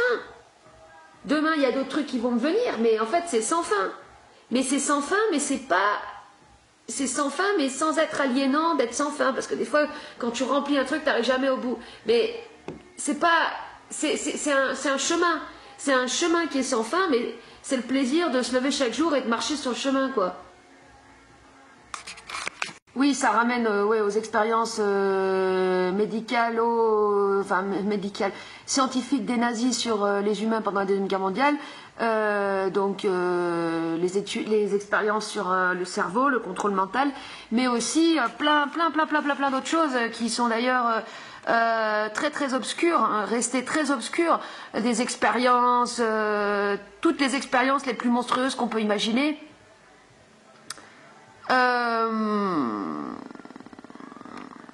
Et forcément, encore une fois, ça génère une matière traumatique qui doit être évacuée. Donc aujourd'hui, on a la résurgence de formes au niveau de l'expérience scientifique, faite sur des cobayes humains. Mais attendez, là, on a affaire à des vaccins. Bon, comme pour moi, j'y crois pas. Comme je le dis, ARN messager, j'y crois pas qu'on puisse modifier l'ADN. Mais en fait, voilà, c'est ça. C'est-à-dire qu'en gros, voilà, en fait, ce vaccin ARN messager, donc modification de l'ADN, si vous voulez, modification de l'ADN, c'est ce qu'il y a de plus contraire à l'éthique. Quand tu as de la conscience, c'est contraire à l'éthique de toucher à l'ADN, d'accord? Mais ça va. En fait, pour moi, c'est pas possible. Mais bon, ce que ça évoque, c'est justement ça aurait été en fait le fantasme. Si vous voulez, ça aurait été le fantasme du nazi qui veut vraiment avoir la mainmise totale sur l'humain. Bah, il touche à l'ADN, il modifie l'ADN. C'était en fait son fantasme, le fantasme des fantasmes. Et là, en ce moment, c'est en train de ressortir sous forme de... C'est en train de ressurgir, mais non pas parce que c'est réel que... Putain, c'est dur à exprimer. Non pas parce que c'est réel que ça y est, on a réussi à modifier l'ADN, mais pour que ça nous fasse flipper, pour qu'on puisse, par ce flip, avoir cette matière traumatique qui remonte en nous. Et qu'on prenne conscience, qu'on se pose des cas de conscience par rapport à ce qui a pu se passer dans le passé et par rapport surtout au consentement, parce qu'en fait tout est lié. En fait la question, c'est la question du consentement. Pourquoi est-ce qu'il y a tous ces débats aujourd'hui sur le consentement, obligation consentement? Parce que il faut que la masse, comment dire, il faut que la masse elle se psychanalyse elle-même d'avoir consenti pendant la Deuxième Guerre mondiale à l'horreur. Parce que s'il y a eu l'horreur, c'est parce que la masse y a consenti. Donc aujourd'hui, et une dictature, elle se fait par le consentement de la masse. En gros, c'est l'inconscient qui génère l'horreur, quoi. Il n'y aurait pas eu de Hitler s'il n'y avait pas eu le consentement de la masse. Donc aujourd'hui, on a cette psychanalyse en fait de la masse où tout le monde est là à se dire mais attends, mais est-ce qu'on peut consentir à ça? Est-ce qu'on peut consentir? Voilà, on parle que de ça, consentement et expérience scientifique et tout. Pour travailler cette matière. Alors qu'en fait, enfin bon, selon moi, hein, c'est mon point de vue, ces vaccins, c'est quoi? C'est juste de la flotte avec des métaux lourds comme ça a toujours été, et puis bam, voilà. Et c'est pas ça encore une fois, c'est un élément déclencheur qui fait remonter là de la matière. Là, il y a de la matière qui remonte en ce moment. Le contrôle mental par le biais des traumas, on le subit tous, parce que les gens, on est tous dans des personnages, enfin je veux dire, tant qu'on n'a pas fait ce travail de dissolution des personnages, donc en gros les personnages c'est quoi? C'est l'orgueil qui protège nos blessures. Tant que tu n'as pas fait ce travail, ben, en fait, chaque situation va créer un stimuli qui va déclencher l'activation d'un personnage, en gros d'un personnage de façade. Genre, t'es chez toi, il y a des gens qui débarquent, ah bonjour, comment ça va? Non. Alors, tu peux le faire en conscience, en mode genre, bah tu vas te comporter comme ça parce que tu sais que ça passera mieux pour les gens. Mais il y en a qui le font de manière totalement inconsciente. Ils sont totalement identifiés à leur personnage. Il y a aussi des relations de couple, qui se créent de personnage à personnage, et ça c'est dégueu, hein, franchement c'est monstrueux. J'appellerais plus les relations de couple professionnel ou de couple. C'est souvent professionnel en fait, parce que t'es dans le personnage que t'es dans la représentation, souvent par rapport à ton travail que t'es dans la représentation. Les bourgeois c'était beaucoup comme ça hein, à l'époque. C'est uniquement des couples d'intérêt aussi, c'est lié à l'intérêt et à la façade, à la représentation, à ce que tu renvoies aux autres. Donc c'était pas des couples d'âme à âme, très loin de là. Par ailleurs, les couples d'âme à âme, en général, vu que c'est l'âme qui est attirée, dans la forme, ça peut donner des trucs où les deux personnes, elles vont pas ensemble en fait, dans le sens où tu peux avoir, je sais pas, une femme de 2 mètres avec un petit mec de 1m20, enfin, tu vois, des trucs qui vont pas ensemble, quoi. Parce que c'est pas le personnage qui est attiré, c'est l'âme. C'est pas la même chose. Ça n'a rien à voir. Donc oui, les nazis, ils ont fait des études, des expériences sur le cerveau par le biais du trauma et comment on peut contrôler, comment on peut programmer un humain en le traumatisant. Parce que le traumatisme crée une fracture, la fracture génère des alter-ego, l'individu se réfugie dans les alter-ego, et au moment d'un trauma, si tu associes, donc si par exemple tu fais vivre à quelqu'un quelque chose de traumatisant, et en même temps tu associes un objet, je sais plus si j'ai déjà dit, oui j'ai déjà dit, et que après dans un autre contexte tu lui ressors l'objet, elle va se reprogrammer dans l'alter-ego refuge dans lequel elle s'est réfugiée au cours du trauma. À partir de là, tu peux programmer les gens. Et donc ça, c'est dans Get Out et Shutter Island, ça c'est bien expliqué. Et puis voilà, quand on observe les gens, bah, ils sont comme ça, ils sont en fonction d'un stimuli, en fonction d'une situation, ils vont être dans un personnage, après dans un autre, et ils seront en fait totalement coupés d'eux-mêmes, c'est-à-dire de leur âme, de leur ressenti, de leur part sensible, et c'est la mort, c'est terrible, de vivre pour le regard des autres et de ne plus vivre selon ses ressentis, selon ce qu'on a besoin d'exprimer. L'âme, elle cherche à s'exprimer, mais dans une langue qui n'est pas celle du personnage, qui n'est pas celle de l'intellect. C'est pour ça que moi je vais parler du cri, parce que le cri, au moins déjà ça se passe de mots. L'âme, elle cherche à s'exprimer dans un langage qui lui est propre, pour moi qui est lié à l'art en fait, forcément à de l'art. Pour que l'âme, elle s'y retrouve, il faut que la personne, elle puisse lui donner le moyen de s'exprimer par le biais d'un art vivant. Parce que fabriquer des objets, c'est bien, mais la matière, elle est inerte tant qu'elle n'est pas informée par la vibration de l'homme. Donc quand tu utilises la vibration et que tu crées un art vibratoire, t'agis autant, tu permets à cette âme d'avoir une voix, d'avoir une vie. Et tu reconnais son pouvoir de se transformer, quoi, de se transformer elle-même. Parce que le pouvoir des pouvoirs, c'est le pouvoir de se transformer, le pouvoir de se transformer, d'émerger, de jaillir,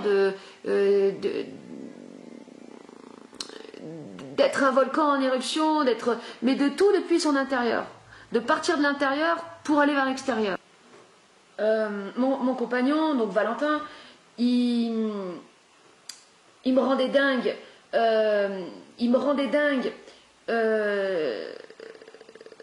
Mais c'est ce que je voulais bien, dans le sens où, en fait, il m'a initié de force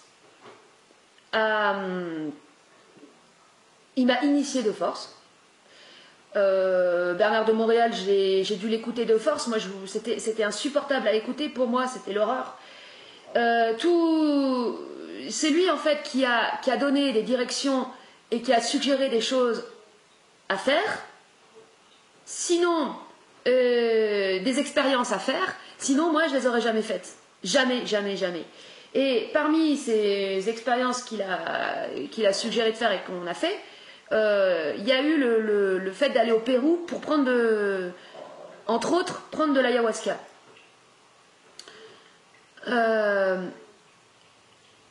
Au Pérou, d'ailleurs, il y a eu plusieurs expériences comme ça.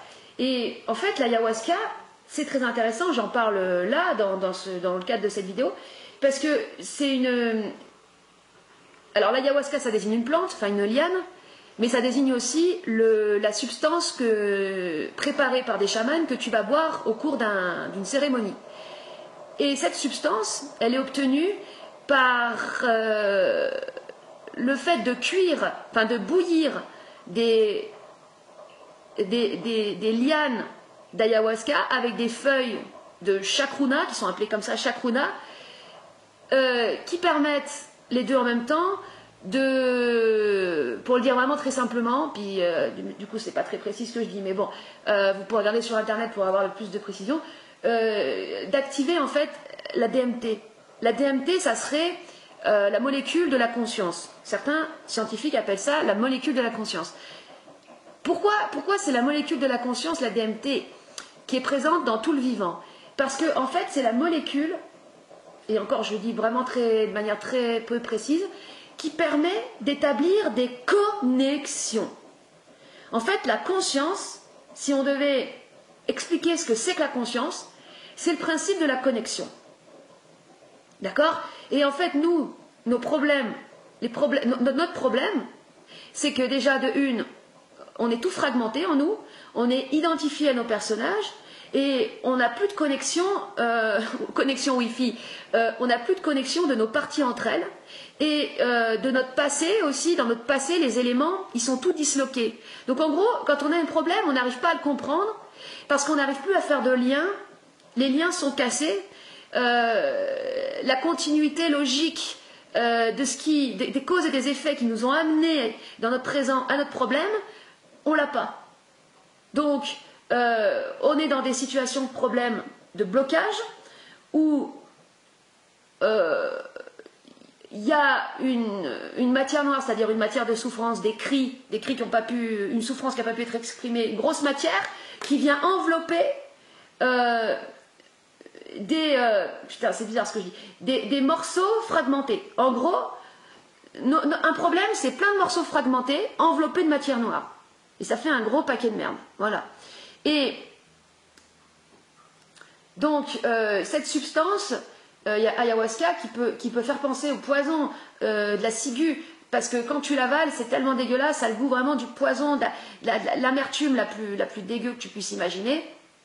Cette substance est obtenue par le fait de bouillir des plantes, et en fait, au début, ça c'est intéressant parce qu'au début, quand ils préparent le machin, ils prennent une marmite qui va faire à peu près une marmite de 50 litres, vraiment des gros trucs comme des grosses chaudrons de sorcières, là, vraiment les chaudrons énormes, et ils mettent plusieurs litres de flotte avec ces plantes, et pendant toute une après-midi, il va y avoir un mec ou une meuf qui va être là à tourner le truc sur le feu, à le tourner, et qui va rester pendant 6 heures, 7 heures à tourner le machin, et pendant que ça brûle.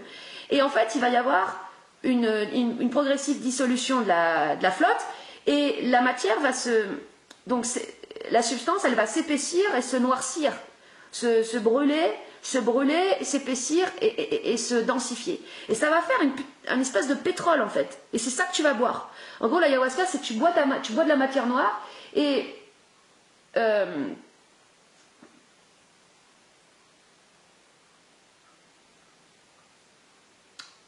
tu bois de la matière noire et ta matière noire va pouvoir remonter aussi.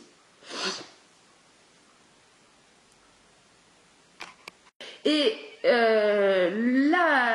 l'ayahuasca, ce qu'elle fait en fait au tout début, c'est qu'elle te fait gerber. Donc en fait, elle te fait gerber, voire elle peut te faire chier aussi. Elle te fait sortir ta merde par tous les trous. Et c'est intéressant parce que justement, c'est comme le principe de la maladie, hein, pour moi, c'est une purge. Et donc pour y voir clair, il faut d'abord se purger. Et donc, oui, ce que je dis que c'est intéressant, c'est que c'est vraiment une substance épaisse et noire. Dégueulasse au possible, c'est-à-dire tu peux pas boire un truc plus dégueulasse. C'est d'une amertume indescriptible. Le truc, c'est que tu vomis pas tout de suite. Quand tu bois ce machin, tu vomis pas tout de suite. Pendant plusieurs minutes, ça peut, pendant la montée des effets, un quart d'heure, 20 minutes, tu vas être brassé. Tu vas être brassé, ça va être l'horreur. Tu vas être comme quand tu es malade et que tu as des... je sais pas moi, soit tu as des vertiges, tu as des nausées, vertiges plus nausées, et puis c'est amplifié, quoi. Horrible.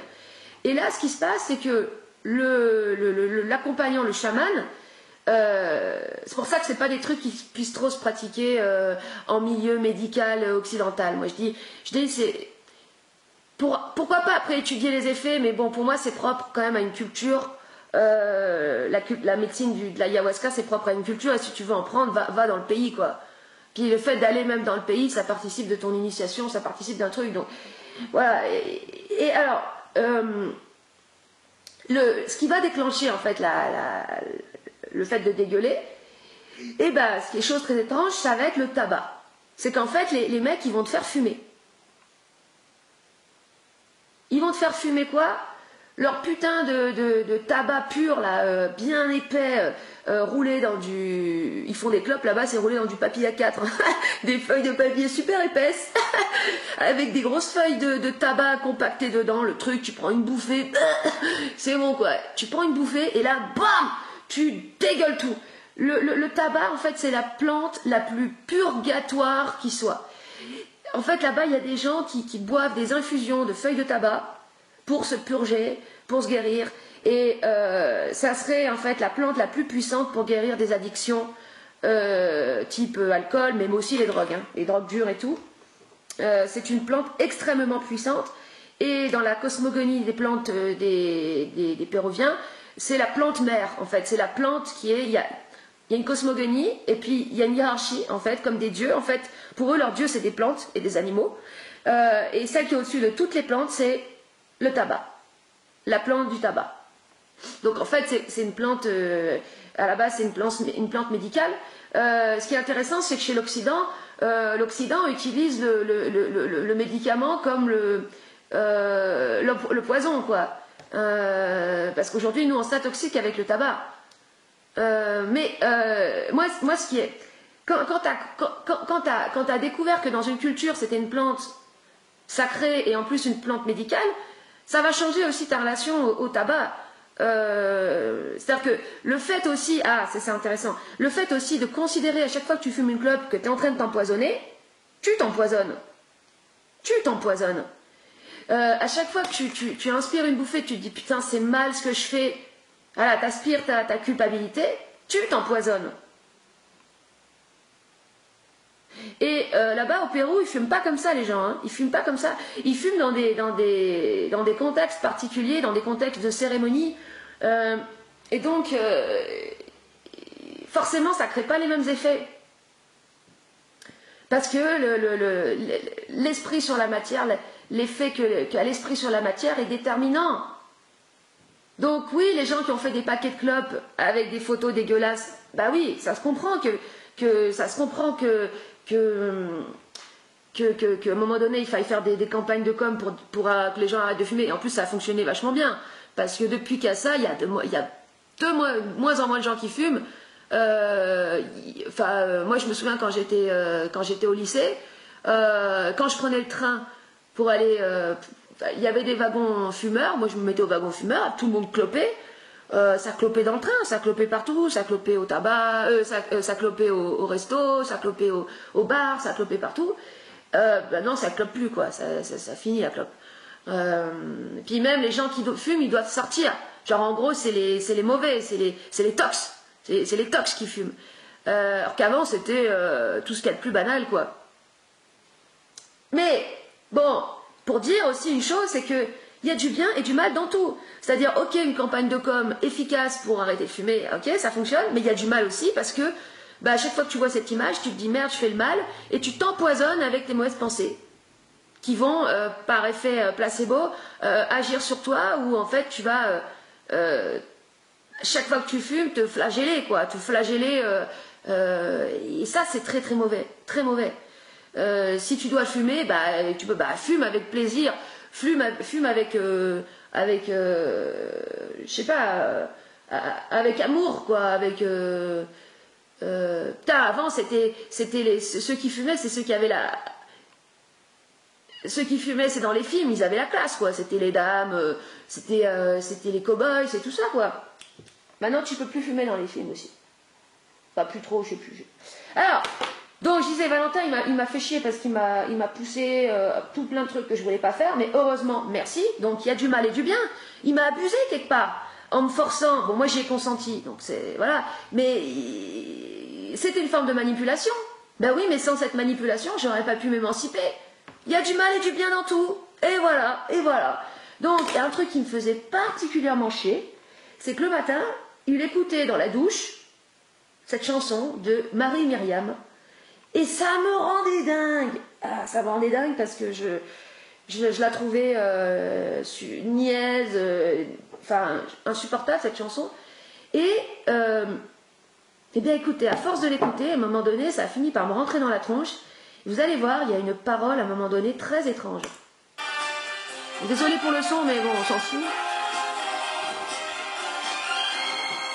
Comme un enfant aux yeux de lumière qui voit passer au loin les oiseaux, comme l'oiseau bleu survolant la terre, voit comme le monde est beau. Beau le bateau dansant sur les vagues, ivre de vie.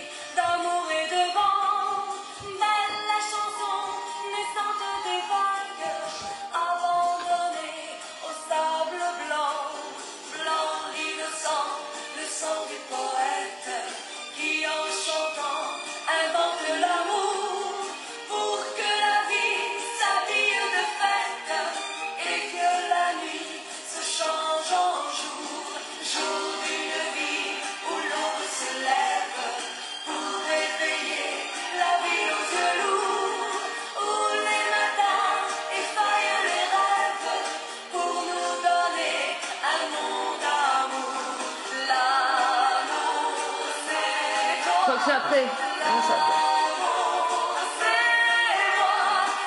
Ah putain, ça c'est... Ah, ça m'en dédaille, ça.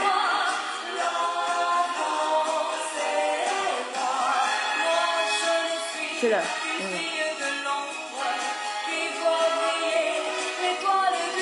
Voilà.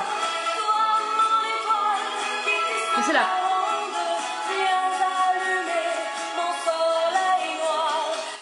Elle dit, viens allumer mon soleil noir. Et j'ai dit, mais putain, mais qu'est-ce que ça veut dire ce truc? Qu'est-ce que c'est? Puisque je savais que le soleil noir, c'était directement lié au soleil noir des nazis. J'avais... la première fois qu'on m'a expliqué ce que c'était que le soleil noir, j'étais à une conférence de Alan Duke. J'étais allée voir Alan Duke en conférence. Oh, bah, on était allé voir Alan Duke en conférence avec Valentin. Moi, je voulais pas y aller, encore une fois, ça me faisait... Enfin, si, je voulais y aller. Là, je voulais y aller parce que, quand même, si, je voulais y aller. Mais ce qui me faisait chier, c'est que c'était à Paris. Paris, putain, je supporte pas cette ville. Enfin, pour moi, c'est un calvaire d'aller là-bas. Et en fait, bon, on y était allé. Et en covoiturage, putain, le truc complètement dingue, c'est que le mec qui nous a conduits à Paris, c'était le docteur de Plus belle la vie. Alors moi, je regardais pas Plus belle la vie, hein, mais on parlait avec lui parce qu'il était quelqu'un qui parlait beaucoup, très expansif, puis très marrant, le mec. On s'est pas fait chier pendant tout le trajet, là, c'était l'éclate. Et puis on voyait qu'il parlait de sitcom, de jouer sur des plateaux, machin. Je lui dis, mais t'es quoi ton boulot, toi, c'est quoi, t'es acteur? Il fait, ouais. Ah bah je joue pour une sitcom, là, une sitcom à la con. Ce qui était trop marrant, c'est qu'en fait, il trouvait que c'était de la merde, Plus belle la vie. Il dit, ouais, sitcom à la con, bah, qui passe tous les jours à la télé, hein, qui est suivi par des milliers de personnes, hein. Bah, ça reste une sitcom à la con. Je me arrête, tu jouerais quand même pas dans Plus belle la vie. Je le sors, il fait, si. Merde, ça a coupé. Ouais, je disais, ouais, je lui dis, ouais, tu serais pas pour Plus belle, il fait, pour Plus belle la vie, il fait, ouais, si. Je lui dis, mais qu'est-ce que tu fais comme rôle? Ah, je fais le docteur.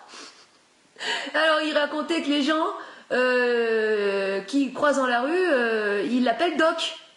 C'est-à-dire que les gens, ils font pas la différence entre le fait que son personnage dans la sitcom et lui, en tant qu'être humain. Et il dit, mais c'est la première fois que j'ai un rôle où je suis connu. Donc avant, il faisait des trucs, je sais pas trop ce qu'il foutait, mais voilà, là, il est maintenant, on va dire, connu. Et dit, mais c'est dingue, c'est dingue. Donc je suis devenue Doc. Et si bien qu'une fois, il va dans un hôpital pour dire à quel point les gens sont... Putain, c'est-à-dire, ils font pas la séparation entre le personnage et l'être, quoi. Il va dans un hôpital et je sais plus s'il n'y a pas un vrai docteur qui lui a dit, bah vous pouvez peut-être nous aider à je sais pas quoi, enfin genre à le considérer vraiment comme un doc. Alors que le mec, il connaît que dalle à la médecine et ah non, mais c'est dingue, quoi, c'est dingue. Et donc, on lui expliquait qu'on allait voir Alan Duke. Et ceux qui connaissent pas Alan Duke, il s'appelle pas vraiment Alan Duke, c'est son blaze. Il fait quoi, Alan Duke? Alan Duke, il a fait des livres, il s'autoproduit, il fait tout lui-même. C'est un comment dire, en freelance autoproduction, quoi. Et ce mec est intéressant parce que il a vraiment étudié la symbolique, les symboles, l'ésotérisme, mais il a une approche très... Bon, lui aussi, il me fait chier. Aujourd'hui, je le suis plus parce qu'il est planqué derrière son personnage et son Ah là, depuis qu'il a sa nouvelle meuf, là, sa blonde. Oh là là, la blonde, ça a été la cata. La blonde qui a débarqué dans sa vie, là, la cata. C'est-à-dire qu'il se fait en photo tout le temps en mode c'est trop in love. Oh là là, c'est que de la façade du personnage parce qu'il a une insécurité, le mec, et donc forcément il a besoin de briller. Il brille avec sa blonde et tout. Oh là là, t'as envie de leur foutre des baffes. Mais bon, ouais, c'est comme ça. Voilà, mais à l'époque, il était célibataire, quoi, donc il était moins dans la représentation comme ça. Même si ça commençait déjà, hein, sur ses bouquins, il faut qu'il mette sa gueule en mode genre. Ouais, j'ai découvert le Graal, j'ai découvert la vérité, ouais, j'ai découvert l'illumination, quoi, un truc chiant, mais bon.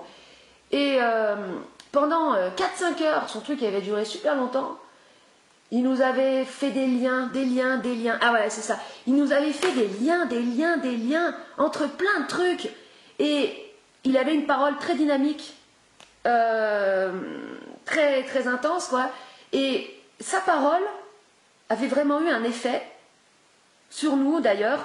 Ça nous avait mis en transe, enfin en transe, façon de parler, mais en gros, à force de faire ses liens, à force de parler comme ça, en plus il faisait des blagues, parce qu'il a de l'humour et tout, donc ça nous mettait dans un état d'effervescence mentale comme ça, complètement dingue quoi. Ça ouvre, et en fait ça fait, en fait la parole et le fait de faire plein de liens de connexion comme ça peut faire les effets de la drogue. C'est-à-dire que ça te... Moi, nous on était sur une autre planète quoi, clairement. Mais c'était pas si vous voulez, c'était pas de l'envoûtement sectaire comme font les gourous. Parce qu'en fait, les gourous, ce qu'ils font, eux, c'est que... c'est la différence, hein, parce que la différence, c'est ça. C'est que les gourous, eux, ils vont te sécuriser, d'accord? Ils vont te parler avec une voix rassurante, sécurisante, monotone, monocorde, voilà, en mode je te mets des étoiles dans les yeux, ou bien, je sais pas, le truc comme ça, qui, comme font les proies, qui t'inoculent un vaccin, un poison pour te défoncer, te défoncer, t'endormir et te mettre bien, et après, bam, elle te pique. Là, c'était pas du tout ça. Là, c'était de la parole qui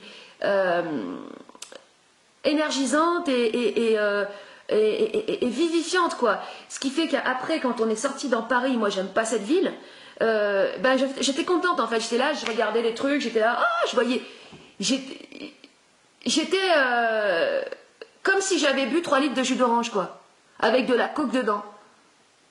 Ça faisait cet effet. Et voilà, quoi, c'est tout. Donc, ouais, c'est lui qui avait parlé, qui avait expliqué, voilà, le soleil noir des nazis, ce que c'était. Je me rappelle plus trop ce qu'il avait dit, mais en tout cas, lui, il était encore très loin pour pouvoir faire des liens permettant de comprendre qu'en fait, c'est vraiment le soleil noir qui fait tourner, en gros, le monde, parce que pour lui, il partait du principe que les nazis, c'était des méchants. Les nazis c'était des méchants, ils voulaient engouffrer l'humanité dans le chaos, et c'était des méchants, et qu'il fallait éliminer les méchants. Mais non, c'est le projet de la vie en fait, c'est la vie. La vie c'est nazi. La vie, elle est nazie, la vie. La vie, elle est là pour envoyer des éclairs. D'ailleurs, là, il y a sur certains dessins, on voit une roue avec des éclairs comme ça. Et on voit bien cet aspect à la fois centrifuge et centripète là, qui va de l'intérieur et vers l'extérieur.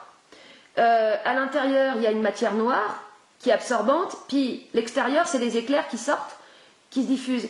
Et ça, c'est la roue du monde, quoi. Et dans la chanson, elle dit « Fais active mon soleil noir ». Et ben en fait, c'est ça la roue, en fait, c'est aussi la roue de l'amour, en fait. C'est-à-dire que la relation amoureuse, donc d'âme à âme, ça va activer ton soleil noir.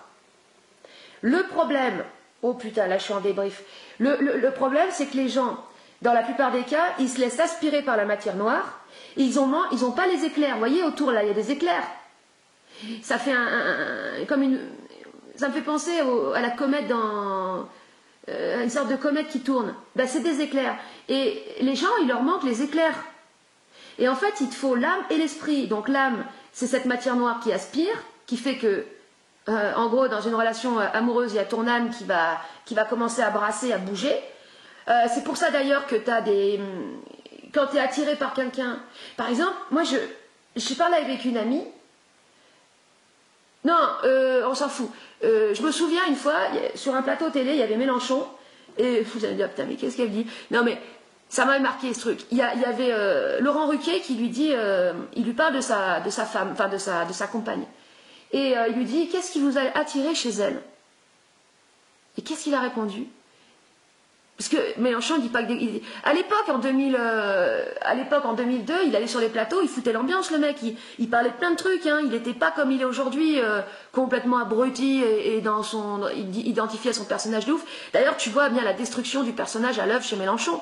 Au début, c'était un mec qui certes, il était en mode défendre sa politique, mais il parlait de plein de trucs, et puis il était marrant aussi. Et donc, il a dit, ce qui m'a attiré chez elle, c'est ses yeux noirs. Qui m'ont fixé comme ça, ces gros yeux noirs. Je dis, ah putain, mais il est space le mec.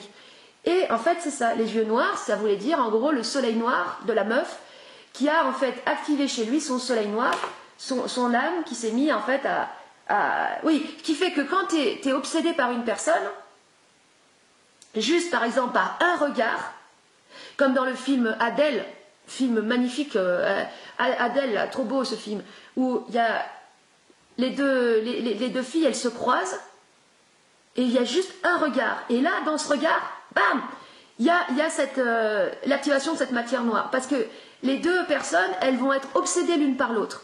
Obsédées l'une par l'autre. Et oui, après, forcément, tu crois que c'est l'amour, enfin, tu crois que c'est, comment dire, c'est que tu es tombé amoureux, mais tu comprends pas ce qui se passe, en fait.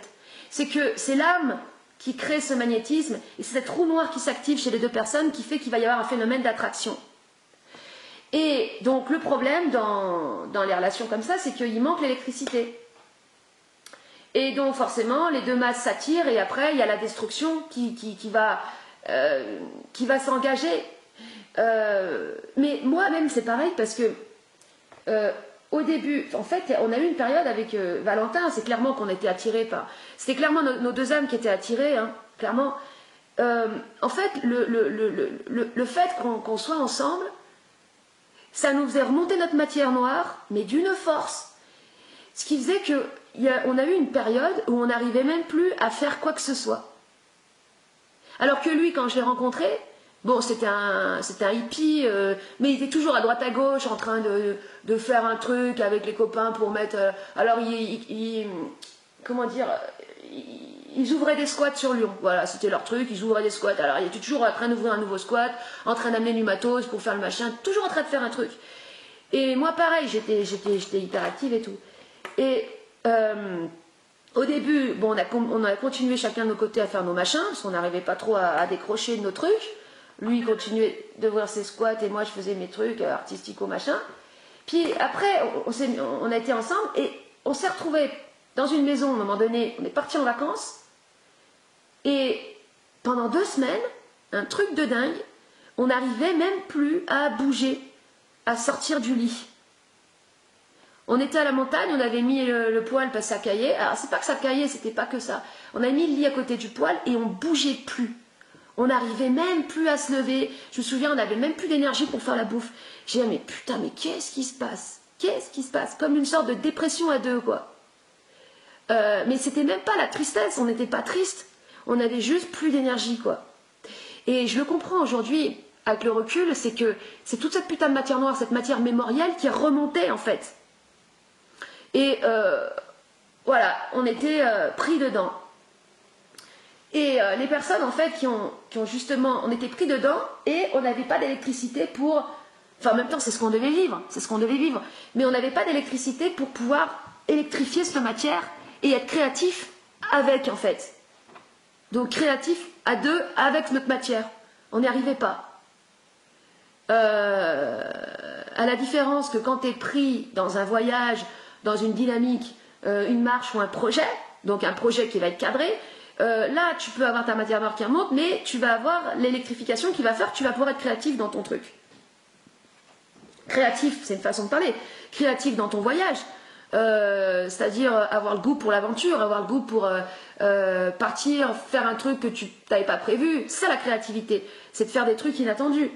C'est le nouveau. La créativité, c'est lié au nouveau. Et c'est dans tous les aspects de la vie. C'est pas la créativité, c'est pas juste faire des peintures. Puis des fois, il y a des artistes qui font des peintures, il n'y a rien de créatif dans ce qu'ils font. Rien du tout. C'est chiant, c'est tout le temps pareil. Le nombre d'artistes qui font un art, ils évoluent pas. Toute leur vie, ils font la même chose. Ça, j'ai jamais compris. Jamais compris. Comment c'est possible? C'est qu'ils ont besoin de se sécuriser, quoi, d'épaissir, de faire des toiles, de faire des machins pour s'épaissir, pour épaissir leur personnage, et puis ils amènent rien, quoi. Enfin bon. Qu'est-ce que je voulais dire?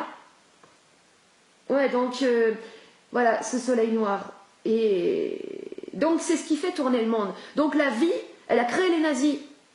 Pour que les nazis, ils fassent... il crée une énorme matière traumatique à l'échelle du collectif pour qu'en fait la roue de l'évolution puisse être activée. Et ça, je le dis, je le répète, parce que dès qu'on va parler, et là je vais parler des nazis, des expériences, forcément tu as la tendance à la dualité, à dire putain les salauds et tout, machin. Non, non, non, mais c'est la vie qui a voulu ça. Vous comprenez pas? C'est la vie qui a voulu ça.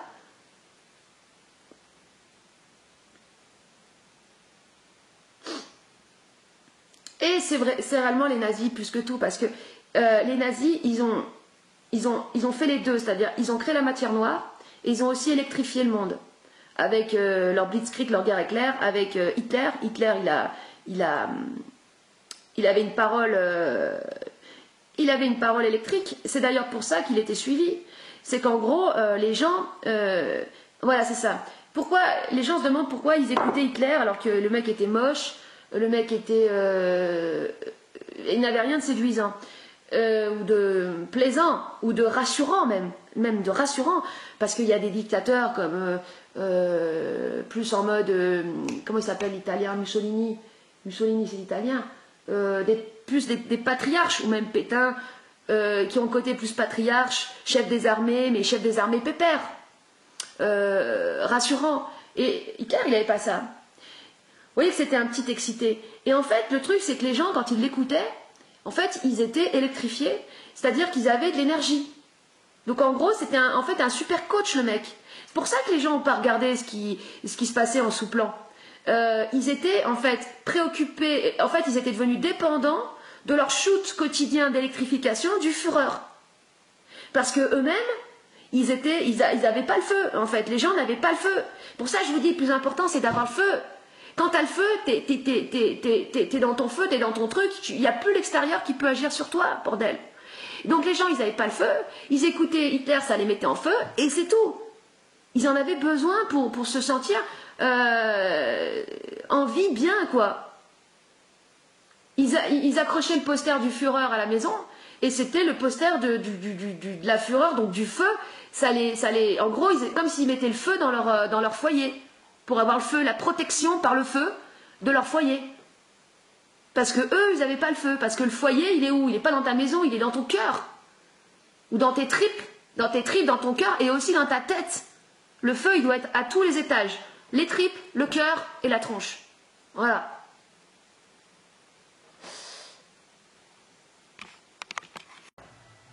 Voilà, ça le pouvoir.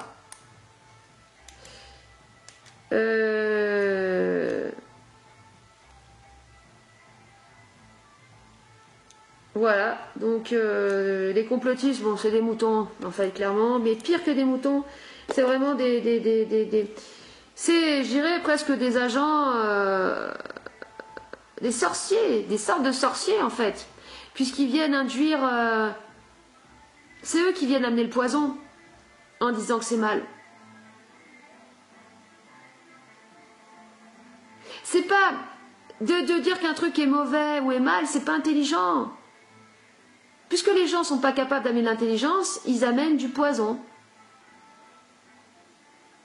C'est la seule chose que l'homme il sait faire, c'est ça la merde quoi. Il ne sait faire qu'amener du poison, putain. En soi, le vaccin, c'est quoi? C'est du liquide avec des produits chimiques dedans, donc c'est un poison, mais en soi, le principe même du remède, je l'avais dit, du médicament, c'est de manger, c'est d'avaler le poison pour guérir. Donc, vous voyez, tout est bien et mal en même temps, tout est lié. Comment tu veux être dans un esprit dualitaire après ça? Oh, mais c'est un outil tellement extraordinaire, la vidéo, et de faire des montages et de pouvoir s'écouter, parce que quand tu t'écoutes, c'est là tu rentres encore plus dans la profondeur. Les gens aujourd'hui ils s'écoutent pas, ils ont leurs opinions, ils sont kéblos et voilà c'est la merde. Parlez, écoutez-vous et débriefez-vous vous-même, vous allez voir, vous allez rentrer dans des couches profondes. Là, voilà, couche profonde. Je mets cette image de flacon de poison, je parle de l'ayahuasca, je parle des vaccins, je parle du poison, je parle du fait d'empoisonner. Je suis là sur une tendance à dire que ce que font les complotistes c'est mal puisqu'ils empoisonnent les gens par le fait d'induire le doute et tout ça. Mais attends, je suis sur une dérive là en train de dire que c'est mal. N'empêche que les complotistes ils font partie de la vie aussi. Et en fait c'est la vie qui nous empoisonne. C'est-à-dire qu'en gros le poison, donc par rapport au lien que j'ai fait à l'ayahuasca, à la médecine, le médicament, la base de la médecine c'est du poison dissolu pour avoir le remède. En fait l'antidote c'est du poison dissous. Le principe du vaccin, c'est que tu t'inocules le virus. Bon, encore une fois, moi je crois pas qu'on puisse inoculer un virus, puisqu'un virus ne peut pas être isolé. N'empêche qu'il y a quand même du poison dedans, donc il y a un effet quand même d'empoisonnement et de réponse à un empoisonnement pour être plus fort ou pour être plus meilleur, enfin plus fort. C'est ce que fait la vie en fait, elle nous empoisonne la vie. La vie c'est un poison. Et il y a du poison partout, et en fait c'est le poison qui vient faire remonter le poison. En fait c'est le poison qui entre en nous et qui fait remonter la matière noire, qui est le poison, mais la matière noire, c'est l'origine. Donc en fait, l'origine, c'est le poison. Putain, je sais pas si vous voyez le truc. En fait, en gros, le mal ou cette matière noire, c'est notre origine. Et il faut la faire remonter. Donc pour faire remonter cette matière noire, il nous faut du poison, en fait. Il faut qu'on s'empoisonne. Quelque part. Tout comme l'amour. L'amour, c'est un empoisonnement, l'amour. L'amour, c'est une piqûre, c'est une flèche qui est plantée dans ton cœur, ou je sais pas où, t'es empoisonné quand t'es amoureux. T'es complètement empoisonné. Oh là là là là là là là là. Oh, c'est intéressant, ça. Bon, ben ça va. Ça, c'est bien, ça. Je vais creuser là-dessus. Je sais pas ce que ça va donner. Allez, je continue. Mais bon, l'homme, voilà, il sait faire qu'empoisonner. Être intelligent, ça, il sait pas. Parce que pour être intelligent, faut pouvoir être créateur. Dans le sens, il faut pouvoir transformer sa matière noire. Sinon, si tu transformes pas ta matière noire, tu répands de la matière noire, tu répands de la merde dans tout ce que tu dis, dans tout ce que tu fais. Et tu crois faire le bien. En plus de ça, pour te rendre bien propre sur toi, tu crois faire le bien. Mais regardez un mec comme Philippe Gendroc. Je suis désolée, mais vous suivez des gens comme ça, mais excusez-moi, c'est pas pour faire du délit de faciès, mais vous voyez quand même le mec qui comment est-ce que les docteurs, des gens peuvent se dire docteurs et être aussi en mauvaise santé, en apparence physique aussi dégradée, quoi. Enfin, dégradée, tu vois, c'est louche, quoi. Tout ça, c'est louche, tout ce que ça dégage. Tout ce que ça... Le mec a des trucs à se reprocher. Et il continue, comme tous ces médecins, à proférer la bonne parole et à dire qu'ils ont la vérité et tout. Mais oh là là, mais c'est la cata.